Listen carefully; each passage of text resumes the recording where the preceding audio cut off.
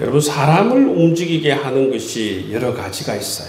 사람을 움직이게 하는 것. 사람을 움직이게 하는 게 여러 가지가 있는데 그 중에서 특별히 세 가지 동인이 있습니다. 사람을 움직이게 하는 그러한 요인이 있는데요. 첫 번째가 뭐냐면 두려움이에요. 이 두려움은 매우 강력한 힘이 있습니다. 여러분, 우리 삶을 움직여 나갈 때에 이 두려움이 우리 삶을 움직여 나갈 때가 있다는 것이죠.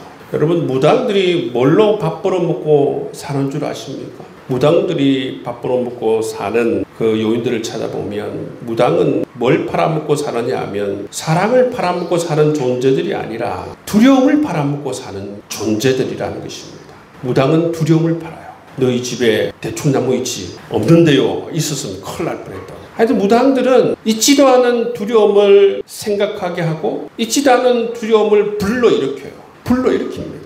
불러일으켜서 어떻게 합니까? 내가 그것을 해결해 줄 테니까, 구술하여서 내가 그것을 해결해 줄 테니까 복채를 바쳐. 그래서 무당은 대표적으로 두려움을 팔아먹고 사는 존재들입니다. 사람들은 이런 두려움에 굉장히 무서워하고 두려움을 통하여서 자기 자신이 있는 것들을 빼앗길까봐, 건강이든 자녀든 그 무엇이든 소중하게 여기는 것을 빼앗길까봐, 여러분, 이 무당이 있지도 않은 두려움을 불러일으켜서 이 두려움을 팔아먹고 살고 있지 않습니까? 뿐만 아니라 여러분, 이 두려움은 굉장히 큰 힘이 있어요. 무당뿐만 아니라 여러분, 이 광고나 이 사회를 보면 여러분, 두려운 요소들을 가지고 있고 우리 자신의 삶이 이 두려움에 의해서 여러분 이끌려 나가는 것들도 있다는 것입니다.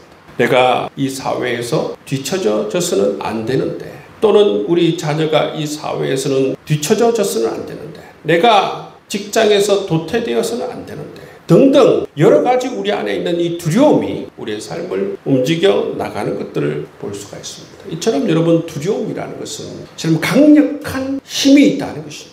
그런데 여러분, 가만히 생각해 보십시오. 어떤 사람의 삶에 그 삶을 움직이는 것이 대부분 이 두려움에서 그 삶이 움직여 나간다면 그의 삶이 얼마나 여러분 피폐해지겠습니까? 그렇기 때문에 우리의 삶을 돌아보면서 우리의 삶이 여러분 이 두려움에 의해서 움직여 나가지 않기 위해서 이렇게 여러분의 삶을 잘 관리할 수 있기를 바랍니다. 두 번째, 이 사람의 인격을 움직이는 두 번째 가장 큰 힘이 뭐냐면 이 의무감, 책임감입니다. 내가 부모인데, 내가 아빠인데, 내가 목사인데, 여러분, 이러한 여러분 의무감, 책임감들이 우리를 움직여 나갈 때가 있다는 것입니다. 여러분, 의무감, 책임감을 가지고 성실하게 살아가는 것 얼마나 귀합니까? 훌륭하죠. 근데 이것도 마찬가지예요. 이것도 그의 삶이 전체적으로 그의 삶을 움직여 나가는 것에 예를 들어서 90% 이상이 의무감, 책임감에 의해서 그의 삶이 움직여 나가면 그의 삶에 기쁨이 있겠습니까? 행복이 있겠습니까? 그의 삶이 얼마나 여러분 힘들까? 여러분, 자기가 좋아하는 일을, 기뻐하는 일을 스스로 하는 것이 아니라 날마다 그 일을 할 때의 의무감, 책임감에 의해서 그에 눌려서 여러분 그의 삶을 움직여 나간다면 얼마나 여러분 마음이 무겁고 여러 가지 힘든 일들이 있겠습니까? 예를 들어서 여러분, 어떤 직장인 아빠가 있다라고 생각해 봅시다. 근데 직장에 딱 들어갔는데 딱 1년이 지나니까 힘들어요. 벌써 힘들어. 그래서 정말 가족을 생각하면서 10년을 참았어. 10년을 참. 그래도 이제 사표를 내려고 하니까 아내가 조금 더 해봐라 그래가지고 또 참고 5년을 더 참았어. 도저히 이제는 참을 수가 없어. 참을 수가 없는데 직장에서 이제 가정으로 갔는데 아이들이 아빠 힘내세요. 우리가 있잖아. 이 노래를 부르면 그 노래가 즐겁겠습니까? 그 노래가 정말 두렵게 다가올 것 같아요. 위로가 되는 게 아니에요. 여러분, 이처럼 우리의 삶을 움직이는 것이 이 의무감, 책임감에 의해서 우리의 삶이 움직여지기도 해요. 상당한 부분 이러한 요인에 의해서 우리의 삶이 움직이기도 하고, 이 의무감, 책임감에 의해서 성실하게 살아가는 것이 정말로 훌륭하기도 합니다. 그렇지만 이 의무감, 책임감이 그의 삶을 90% 이상 장악하고 그의 삶을 움직여 나간다면 그의 삶이 얼마나 힘들겠습니까? 그리고 사람을 움직여 나가는 세 번째 요인이 있는데 그것은 바로 사랑입니다. 사랑에 의해서 그의 삶이 움직여 나갈 때가 있다는 것이죠. 여러분, 이 순수한 이 사랑은 어떤 특징이 있느냐 하면 보면 여러분, 사랑에는 조건이 없어요. 뭘 줘야만이 하는 게 아니에요. 사랑하게 되면 조건이 없어요. 우리 부모들이 자녀들을 생각할 때에 자녀들을 향해서 기대하는 게 없잖아요. 자녀들을 위해서 뭘 기대해요? 그렇죠? 그냥 사랑으로 모든 것을 해주는 것이죠. 아낌없이 주는 것 아니겠습니까? 이처럼 사랑으로 하는 것은 조건이 없는 것이 특징이기 때문에 여러분, 자녀들이 어떻게 하든지 상관없이 끊임없이 여러분 흔들리지 않고 이 사랑을 줄 수가 있는 것입니다. 사랑을 주면서도 기쁘고 즐겁고 그렇지 않습니까? 사랑은 그런 특징이 있다는 것이죠.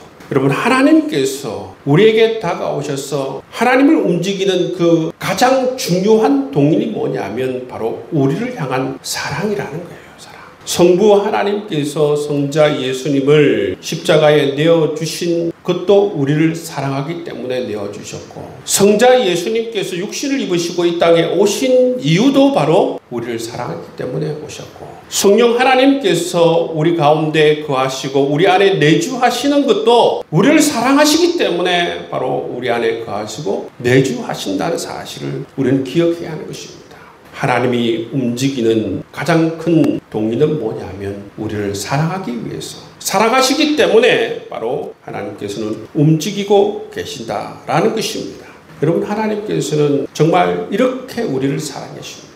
죽기까지 사랑하시고 끝까지 사랑하시는 그 사랑으로 우리를 오늘도 대하시고 계신다는 것입니다. 우리가 자녀를 키워볼 때에 우리의 마음은, 자녀를 향한 우리의 마음은 이렇게 큰데 자녀는 부모의 마음을 모를 때에 얼마나 여러분 섭섭합니까? 하박국서를 읽어보면 하박국서에 그 하나님의 백성들이 뭐라고 그래요? 하나님이 언제 우리를 사랑하셨나이까? 그렇게 따지고 하나님께 대듭니다. 하나님께서 언제 우리를 사랑하셨습니까? 그런 것처럼 하나님께서 이처럼 우리를 사랑하셨지만 우리는 하나님을 사랑으로 대하지 않을 때가 많다는 것입니다. 여러분, 우리가 하나님을 어떻게 대하고 있는가? 신앙생활을 하는 그러한 동인이 뭔가? 우리를 움직이게 하는 그러한 것이 무엇인가를 깊이 생각해 보아야 할 것입니다. 여러분, 우리의 삶을 움직이고 우리의 신앙생활을 하는 그 요소가 두려움이나 불안이나 여러분, 그런 부정적인 감정에 의해서 우리가 신앙생활을 하지 않길 주의 이름으로 축복합니다. 여러분, 절대로 여러분 이런 두려움에 의해서 우리의 삶이 장악되고 그렇게 신앙생활을 하면 안 돼요. 신앙생활을 하지 않으면, 또는 내가 성경을 읽지 않으면, 내가 기도를 하지 않으면 하나님께서 벌하실 것이다. 여러분, 이러한 것이 가장 큰 동인이 되어서 신앙생활을 하면 절대로 안 되는 것입니다. 여러분, 우리의 삶을 움직이는 가장 큰 동인이 하나님을 향한 사랑이 되어야 해요. 하나님을 사랑하기 때문에 예배하고, 하나님을 사랑하기 때문에 기도하고, 하나님을 사랑하기 때문에 여러분 봉사하고, 하나님을 사랑하기 때문에 선교하고 전도하는 우리의 삶이 되어야 될 줄 믿습니다. 교회도 마찬가지예요. 제가 늘 말하는 거지만 여러분, 교회 일을 할 때 또는 교회를 청소할 때 등등 어떻게 하면 좋다고 했습니까? 하나님 사랑합니다. 얼마나 좋아요. 여러분, 우리가 여러분, 이 밖으로 몸을 통하여서 표현하는 거 있잖아요. 빗질을 하든 아니면 설거지를 하든 이것이 바로 우리 몸을 통해서 표현하는 거잖아요. 그죠? 표현할 때 좋은 건 뭐냐면 그 매개를 통해서 청소를 하면서 주님 사랑합니다. 마치 주님의 몸을 쓸듯이, 몸을 닦듯이 그런 마음으로, 주님을 사랑하는 마음으로 여러분 교회 청소를 하면 이 청소가 어떻게 됩니까? 하나님과 연결되는 것이죠. 여러분, 이 신앙생활에서 가장 중요한 요소는 뭐냐면, 이 경건생활에서 제일 중요한 게 뭐냐면 그것을 통해서 하나님과 연결되는 것이 중요해요. 여러분, 우리가 예배를 드리든 기도를 드리든 아니면 청소를 하든 밥을 하든 성교를 하든 그 무엇을 하든 제일 중요한 게 뭐냐면 그것을 통해서 하나님과 연결이 되어야 되는 것이죠. 만약에 우리가 하나님 앞에 헌금을 드리고 예배를 드리고 여러분 봉사를 하고 하는데 그것이 하나님과 연결되지 않고 오직 나만 드러나기를 원한다면 그것은 예수님께서 가장 싫어하시는 일이다 말씀하고 있어요. 외식하는 자요, 제일 중요한 게 뭡니까? 여러분 그 요소를 통해서 예배를 통해서든 여러분 청소를 통해서든 어떤 섬김을 통해서든 주님과 연결이 되는 게 중요해요. 연결이 되고 우리의 마음의 고백이 일어나는 것이 중요합니다. 그 마음의 고백이 주님을 사랑하는 마음, 사랑을 표현하는 그 마음이 되는 것이 너무나도 중요하다는 사실입니다. 여러분의 삶을 움직이는 것이 두려움이거나 아니면 여러분의 삶을 움직이는 것이 의무감이나 책임감이면 여러분 번아웃 돼요. 번아웃. 오래 할 수가 없어요. 제가 진짜 이전에도 한번 말씀드렸지만 제가 대학교 들어가서 선교단체 활동을 했는데요. 제가 2학년 때 1학년이 우리 동아리 방에 선교단체 방에 딱 들어와서 뭐라 하는지 아십니까? 선배님들 이때까지 뭐 하셨습니까? 얘가 금방지구나 그렇게 생각해요. 굉장히 저는 그 애가 정말 열심히 전도할 줄 알았어요. 선배님들 이때까지 뭐 하셨습니까? 그러더니만은 일주일 지나니까 안 와요. 난 정말 열심히 할 줄 알았는데. 여러분 어떤 사람이 오래 하나님을 섬길 수 있는가? 어떤 사람이 탈진되지 않을 수 있는가? 그것은 바로 하나님을 사랑하는 마음으로 하면 탈진이 되지 않습니다. 그런데 여러분 교회 일을 할 때 의무감으로 책임감으로 여러분 그것이 90% 이상 되어서 교회를 2개 하고 3개 하면 탈진이 되는 거예요. 여러분 무엇을 하든지 주님을 사랑하는 마음으로 모든 일을 섬길 수 있는 여러분 될 수 있기를 주님의 이름으로 축복합니다. 이스라엘 백성들이 출애굽하여서 시내산에서 하나님과 언약을 맺습니다. 언약을 맺어요. 이 언약 정말 중요해요. 그 언약의 핵심 내용이 뭡니까? 나는 너의 하나님이 되고 너는 나의 백성이 되리라. 그렇게 말씀하셨어요. 그렇게 하겠느냐? 네, 그렇게 하겠습니다. 그게 뭡니까? 하나님은 우리를 온전히 사랑하시고 또 우리는 오직 하나님만 사랑하겠다라는 그러한 믿음의 고백으로 그 언약이 시작되는 것 아니겠습니까? 여러분 이 언약이 정말 중요해요.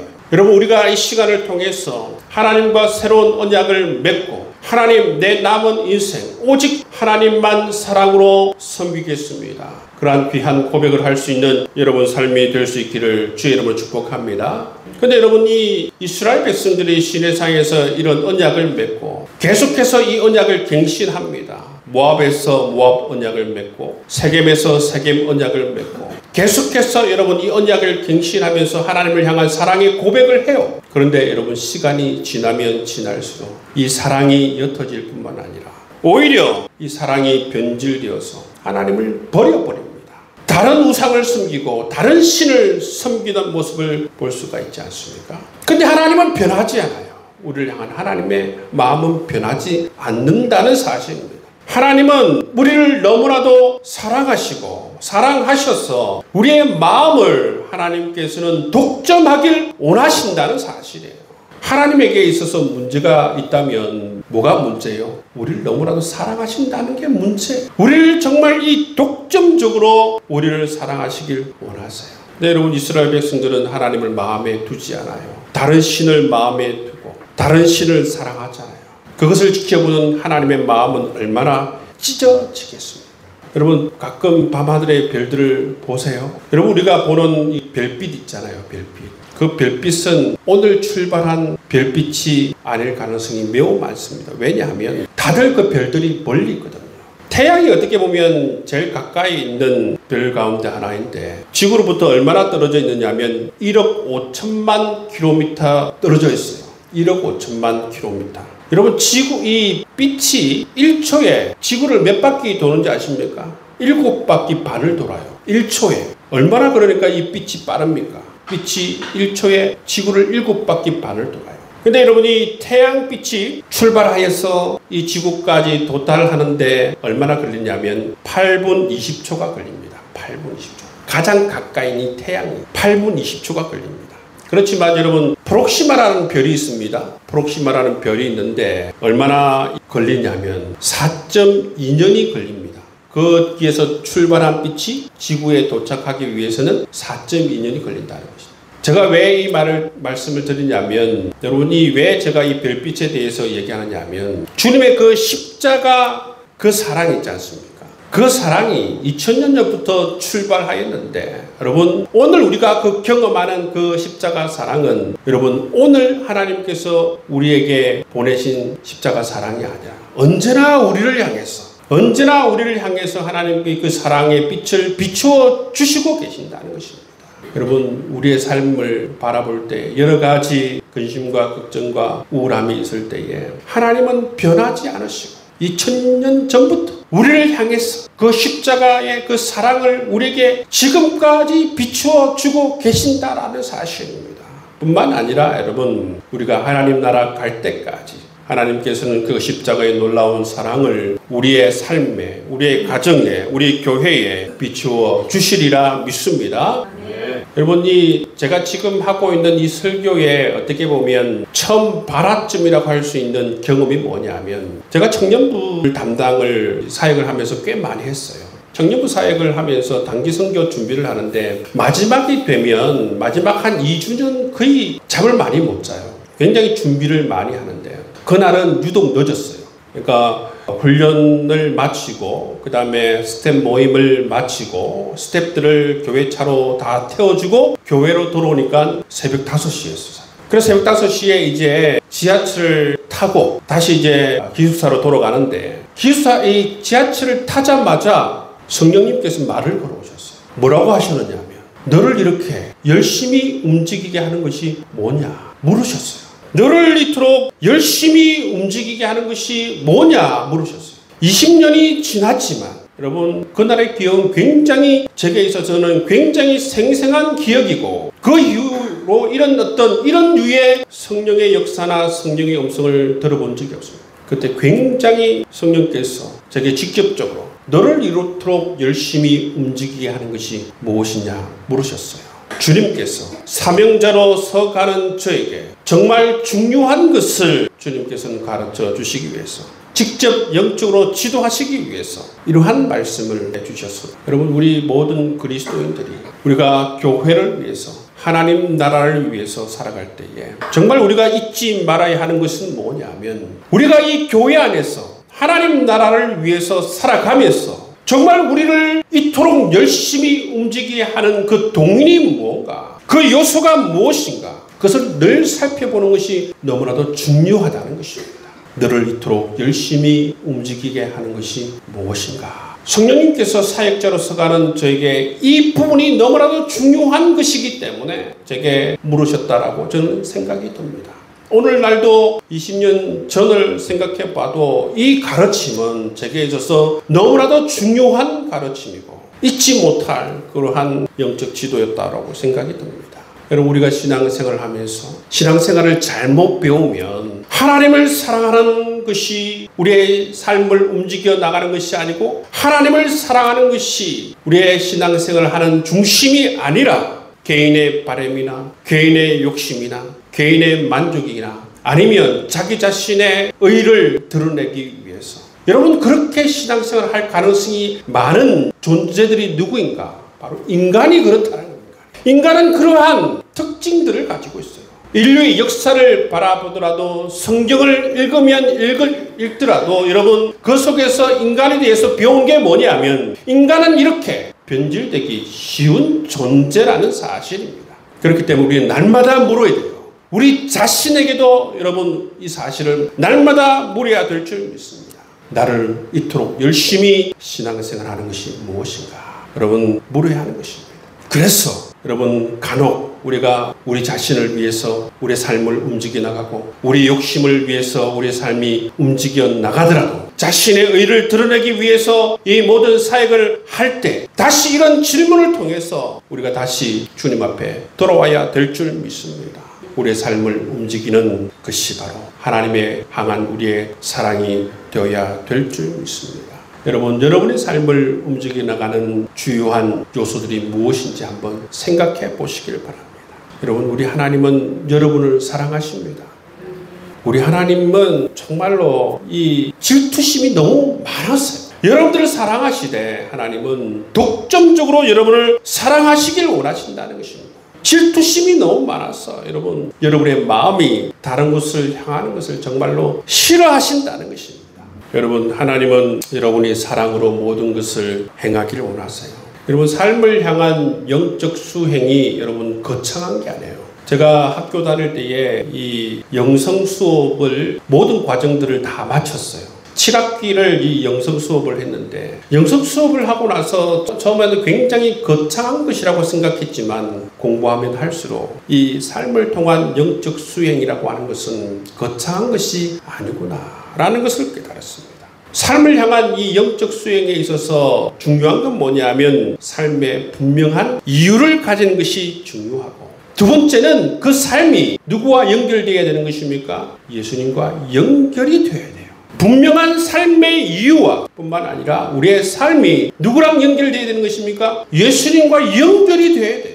연결이 될 뿐만 아니라 우리의 마음의 고백이 주님을 향해서 우리의 마음의 고백이 일어날 때에 여러분 그 모든 활동을 통해서 주님과의 관계가 새로워지고 주님과의 관계가 점진적으로 발전되고 주님과의 관계가 새로워지고 친밀해지는 방향으로 여러분 그 관계가 여러분 발전되는 것을 볼 수가 있다는 것입니다. 그게 바로 영적으로 성장하는 거예요. 여러분 믿음, 소망, 사랑이라는 그러한 단어가 있지 않습니까? 믿음, 소망, 사랑. 믿음, 소망, 사랑은 뭐냐면 이 관계를 나타내주는 단어예요.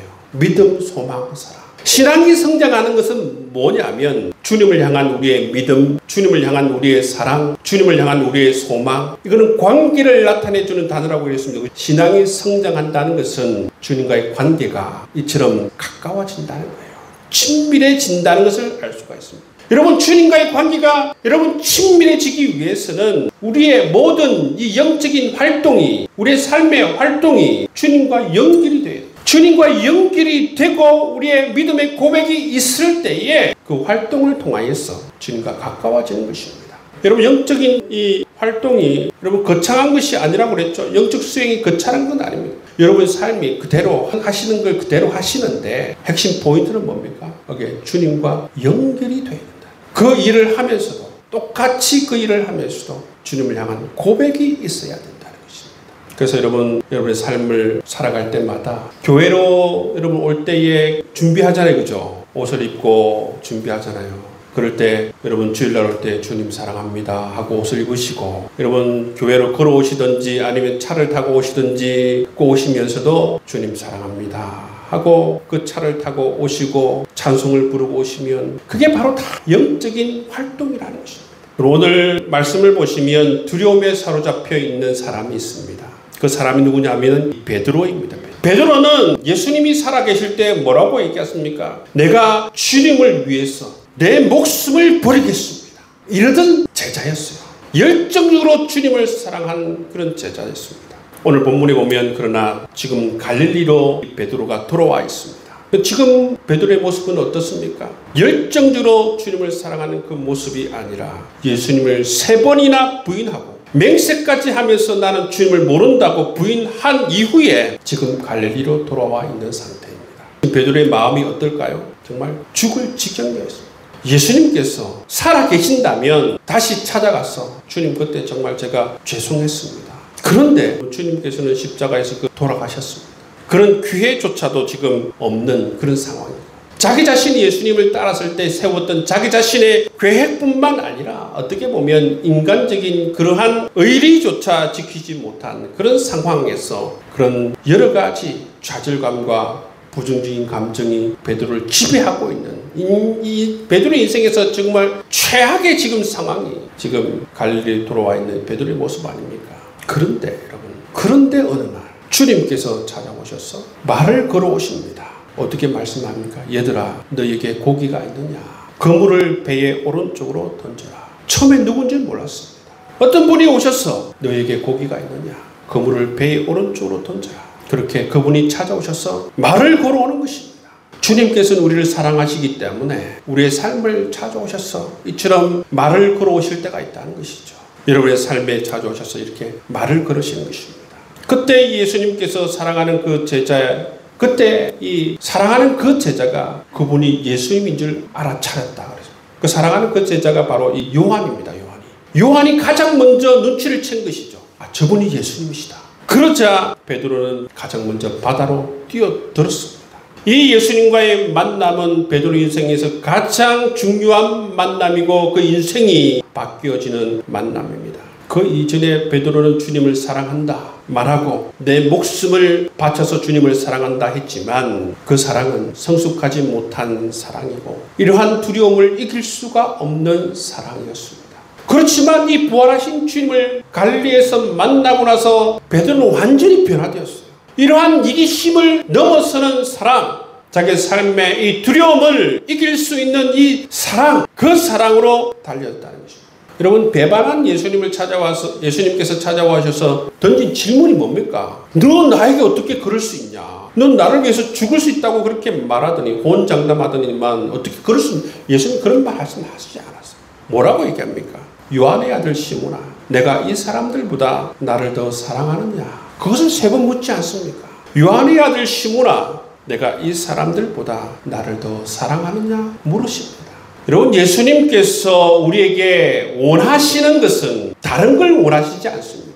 여러분에게 원하는 것은 다른 걸 원하시는 것이 아닙니다. 무엇을 원하십니까? 바로 우리의 사랑을 원하신다는 것입니다. 그 후에 베드로의 삶은 철저하게 변화되어서 주님을 사랑하는 그러한 마음이 그의 삶을 온통 가득 채우고 그의 삶에 의해서 그 모든 것이 움직여 나가는 것을 볼 수가 있습니다. 뿐만 아니라 그 사랑은 마지막까지 끝까지 주님을 향한 그런 마음을 가질 뿐만 아니라 그의 삶을 보면 오히려 주님을 향한 그 사랑이 커져가는 것을 볼 수가 있습니다. 여러분, 주님께서 여러분에게 물으십니다. 너는 나를 사랑하느냐? 물으십니다. 여러분, 주님께서 여러분의 삶에 다가와셔서 시몬아, 너는 나를 사랑하느냐? 물으실 때에 여러분 무엇으로 응답하시겠습니까? 여러분 자신에게 한번 질문해 보시길 바랍니다. 나를 움직이게 하는 것이 무엇인가? 두려움인가? 의무감인가? 무엇인가? 다른 사람들에게 좋은 평판을 받길 원함인가? 아니면 자기 만족인가? 무엇인가? 우리 삶에 물어보시길 바랍니다. 여러분, 다른 거는 여러분 우리 자신을 힘들게 하고 우리 자신을 탈진하게 하고 우리 자신이 잘못된 길을 걸어가게 만드는 동인들이에요. 주님께서는 그러한 것이 우리의 삶을 움직여 나가는 것이 아니라 우리의 마음에 정말 주님을 향한 사랑이 우리의 삶을 움직여 나가길 원하신다라는 사실을 깨달으시고 주님 사랑합니다 고백하면서 여러분의 삶을 살아갈 수 있기를 주님의 이름으로 축복합니다.